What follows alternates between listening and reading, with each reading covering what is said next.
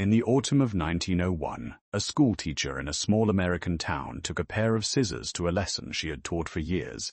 Not grammar, not penmanship, not scripture, economics. She cut out the pages that explained how money entered circulation, the pages that asked who benefited from debt, the pages that compared wages to rents, land to labor, production to speculation, the pages that taught children to see the household, the farm, the workshop, and the town, not as isolated units, but as parts of a living system. She did not remove them because they were outdated. She removed them because she was told to, and somewhere between the schoolhouse blackboard and the filing cabinet of a county superintendent, a quiet question began to form. If American children once learned an original economy in ordinary classrooms, who decided they no longer should? Why did that change arrive just as the country was being transformed by trusts, centralizing finance, and industrial consolidation? And why, in so many surviving histories of education, does that older curriculum barely appear at all? The story begins, as many forgotten American stories do, in paper. A letter, a set of lesson notes, margins marked in pencil. A teacher's hand correcting the future by erasing the past. By 1901, the United States was entering a new century with the confidence of an empire and the nerves of a nation still unsure what it had become. William McKinley had been shot that September. Theodore Roosevelt was now president. The gold standard had been formalized the year before. J.P. Morgan's industrial order was tightening. U.S. Steel had been assembled into one of the largest corporations the world had ever seen. Rail lines stitched the continent together. Telegraph wires carry prices faster than people could travel. Cities swelled. Tenements rose. Family farms, company towns, mill districts, and mining camps all fed the same enormous machine. But beneath that story of progress ran another one, quieter and older. For much of the 19th century, American children were not taught economics as an abstract university subject. They were taught political economy in fragments through readers, civics lessons, arithmetic problems, agricultural manuals, moral instruction, debates on thrift and monopoly, and local discussions about labor, land, banking, and debt. In rural schools especially, the line between household knowledge and public knowledge was thin. A child might learn interest by calculating the burden of a note. He might learn value by comparing grain prices to railroad fees. She might learn rent not as a distant theory, but as something that could swallow a family's year. The language was plain. The implications were not. Money was discussed not merely as currency, but as power. Land was not simply property, but the basis of independence. Debt was not just arithmetic, but social control. Monopoly was not an abstraction. It was the grain elevator, the rail line, the company store, the distant creditor. And this was the knowledge some educators began to trim away.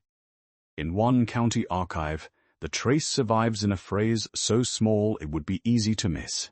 Revised for suitability. In another, modernized for current instruction. Elsewhere, a superintendent's circular urging teachers to reduce controversial material in common school lessons and emphasize discipline, patriotism, industrial efficiency, and practical conduct. The phrasing is bureaucratic. The effect is not. A vocabulary was being removed. Not all at once.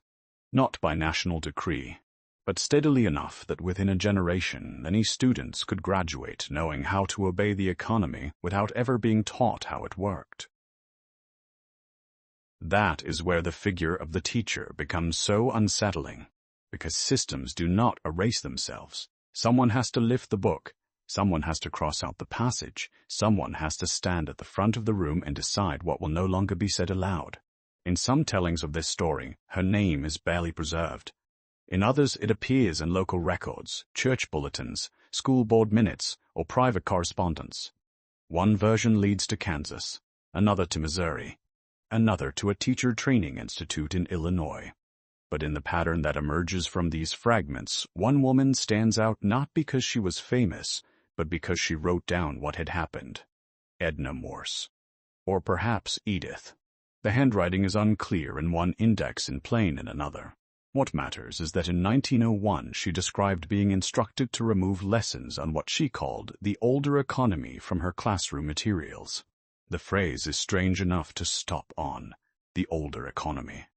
Not old economics, not outdated doctrine, the older economy. As if what was being removed was not merely a chapter but a world view. What might that world view have contained? The clues lie scattered across the intellectual landscape of the late 19th century. Henry George's Progress and Poverty had sold in astonishing numbers, carrying arguments about land, rent, and unearned wealth far beyond universities and into ordinary homes. Farmers' alliances, labor papers, monetary reform pamphlets, anti-monopoly sermons, and town lectures circulated ideas now treated as marginal, but once discussed in plain speech. School readers in some regions borrowed from this civic atmosphere. They did not always use radical language. Often they used moral language. But the questions were there. What is wealth, and who creates it? Why can production increase while poverty deepens? Why do those who work the land often lose it? Why does a nation grow richer while households feel poorer? And perhaps the most dangerous question of all, who benefits when children are taught to admire industry, but not to understand ownership? By 1901, that question had become inconvenient. The American school system was changing. Schooling was becoming more standardized, more centralized, more bureaucratic, more aligned with a nation that needed punctual workers, literate clerks, disciplined citizens, and less local dissent. Industrial philanthropies were beginning to shape education more forcefully. Textbooks were being regularized. Teacher training was becoming professionalized. Subjects that invited structural criticism could be reframed as civics, morality, domestic science, or removed altogether. The result was not necessarily a dramatic band with newspapers and headlines. It was quieter than that. A paragraph removed here, a unit softened there. A teacher advised not to confuse younger minds with disputes over money and land. A county board preferring neutral material. A publisher replacing a lesson on monopoly with one on punctuality. A chapter on debt transformed into a lesson on thrift. Structural questions shrunk into personal virtues. If you want to change a society, you can do it with force. But if you want the change to feel natural, you teach the next generation a thinner language. That may be why Edna Morse's letter matters. According to one later reference, she wrote after receiving a revised course packet for the school year. The sections she marked were not random. They concerned currency, rents, land tenure, and what she described as the relation of industry to dependence. There is a line, quoted in one local summary years later, that sounds almost too sharp to be real. They ask that I teach children the uses of money, and not its mastery over them. Whether those were her exact words or a remembered paraphrase is hard to know. But the distinction is haunting. Uses of money. Mastery over them. A teacher in 1901 would have understood that difference immediately. In the old district schools, economy did not always mean stock markets or fiscal policy. It meant management of life, household economy, time, tools, fuels, soil, food, storage, credit, repair, waste, dependence. A family that understood economy understood vulnerability. It knew what happened when a bad harvest meant a fixed payment. It knew how prices set elsewhere could undo labor done here. It knew that independence was fragile. And it knew that debt could be moralized from above while felt as a chain below. To remove that knowledge from schooling was not to make education more neutral. It was to make it safer for the order emerging around it. Look at the timing. In 1900, the Gold Standard Act fixed the nation's monetary basis more firmly at the very moment older populist battles over silver, currency expansion, and democratic control of money were still fresh in memory. In 1901, corporate consolidation accelerated. U.S. Steel's capitalization became a symbol of a new scale of economic power so large that many ordinary Americans could barely imagine it. One of the recurring numbers associated with that consolidation ranges wildly in public retellings, from 1.4 billion to 4 billion in perceived value and influence, a confusion that tells its own story. The exact number matters less than the scale it suggested to contemporaries. Wealth so concentrated it began to feel less like property than weather. And at the exact moment those forces hardened, teachers were being encouraged to make economic instruction less structural, less historical, less political. Coincidence, perhaps. But then there are the textbooks. Compare school materials across a few decades and a pattern appears. Earlier lessons sometimes frame economic hardship as something produced by systems rail monopolies, land speculation, concentrations of ownership, monetary policy. Later ones increasingly relocate the source of hardship to the individual lack of discipline, lack of savings, bad habits, poor character. Thrift remains. Obedience remains. Cleanliness, punctuality, industry, patriotism, these remain. But the ability to name extraction begins to fade. This is how a people can be taught to endure an economy they are no longer taught to describe. In one remembered classroom scene, likely embellished but too revealing to ignore, the teacher holds up 2 books. In the older one, students are asked to calculate how much of a farmer's yearly earnings remain after freight costs, seed debt, taxes, and interest. In the newer one, they are asked how many apples remain if Tommy gives half away and sells the rest for 5 cents each. Both are arithmetic. Only one teaches power. And power, when named early, becomes harder to manage later. There is another clue in what replaced the missing lessons. Domestic science expanded. Vocational training expanded. Industrial education expanded. None of these were inherently sinister. Many were useful. Some were necessary. But they often trained children for participation without equipping them for criticism. Learn the machine.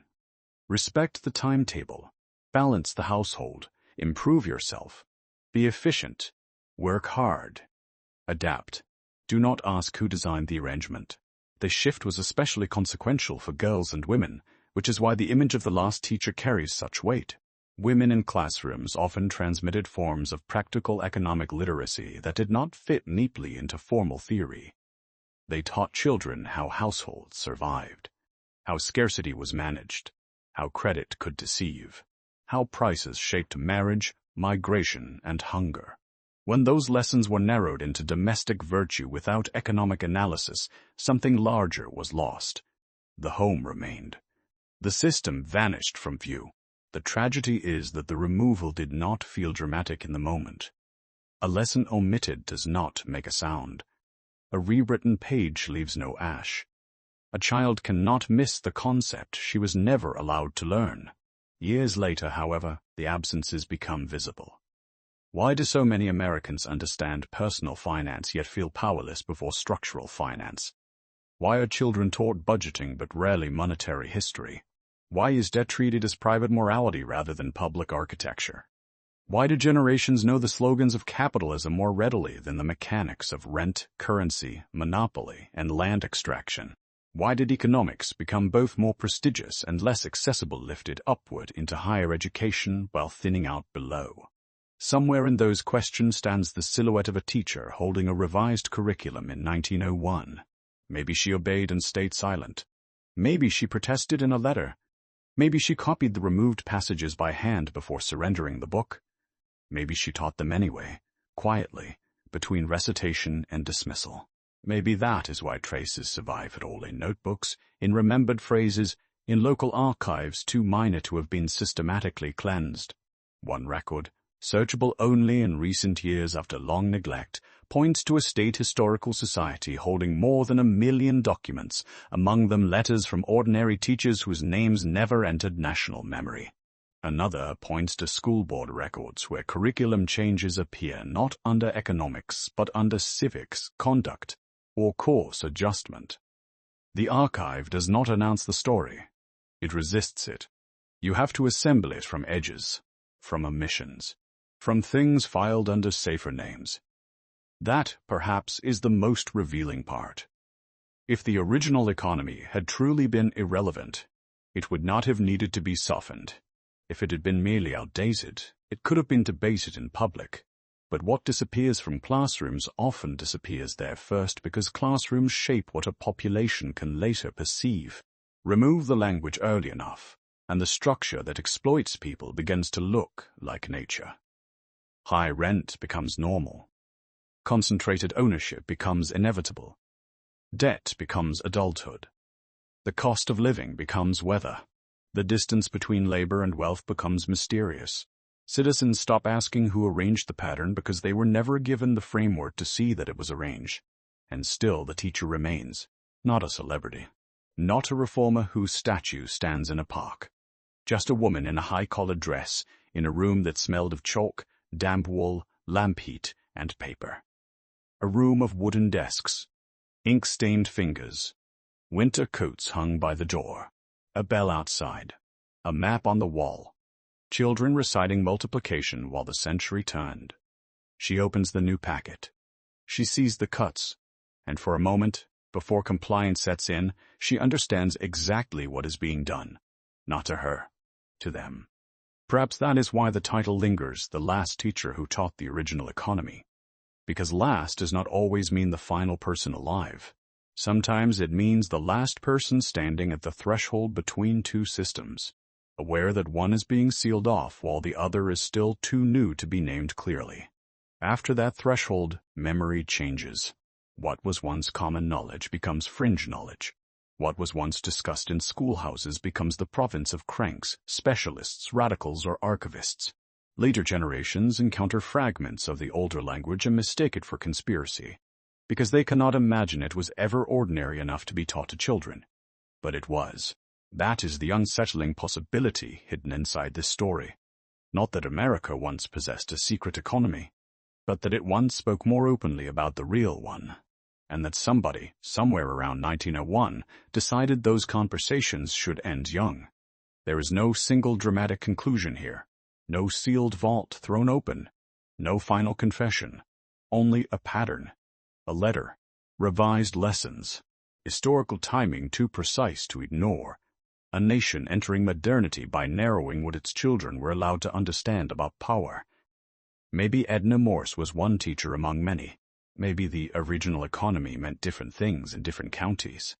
Maybe some lessons vanished through ordinary reform, and others through something more deliberate. History is rarely clean enough to satisfy suspicion or innocence completely. But the cut pages remain, even when we cannot hold them. They remain in what later generations were not taught to ask. They remain in the silence between personal finance and political economy. They remain in every classroom where children learn to count money before they learn who controls its terms. And if a teacher in 1901 really was forced to remove those lessons, then what disappeared from her desk did not disappear at all. It simply moved underground where so many important things go in American history below the official floor, beneath the renovated language, waiting for someone to notice that the map no longer matches the building. If you look long enough at old-school records, county archives, forgotten circulars, and penciled lesson plans, you begin to sense the outline of a missing subject, not absent by accident, absent by design. A knowledge made unfashionable, then invisible, then unbelievable. Which is often how erasure works, not by destroying every trace, just by making the trace difficult to recognize. And somewhere in that difficulty, the teacher is still there standing before her class, holding the page she was told to remove, aware for one quiet moment that a civilization can be changed not only by walls and laws, but by what it decides children no longer need to know. Perhaps that is why these small stories matter. Because the edges of the archive sometimes preserve what the center forgets. Because a nation's deepest changes are often hidden, not in grand declarations, but in minor revisions. And because if the original economy ever truly was taught in ordinary classrooms, then the question is no longer whether it disappeared. The question is, who benefited when it did? Somewhere, the letter still waits. Some page still bears the mark of a careful hand. Some county box still contains a curriculum described as revised, updated, modernized, when what it really was, perhaps, was emptied. And if that is true, then the old lesson is not entirely gone. It survives wherever someone looks at the official story and notices the missing chapter. It survives wherever someone asks what was removed before they ask what replaced it. It survives in the uneasy feeling that certain truths were not disproved, only unschooled. So if this story leaves anything behind, let it be that feeling. Not certainty, not doctrine. Just attention. Attention to the cut page. Attention to the changed language. Attention to the teacher who understood, before most people did, that when a society edits what children are allowed to know about money, labor, debt, and power, it is not simply revising a lesson, it is revising reality.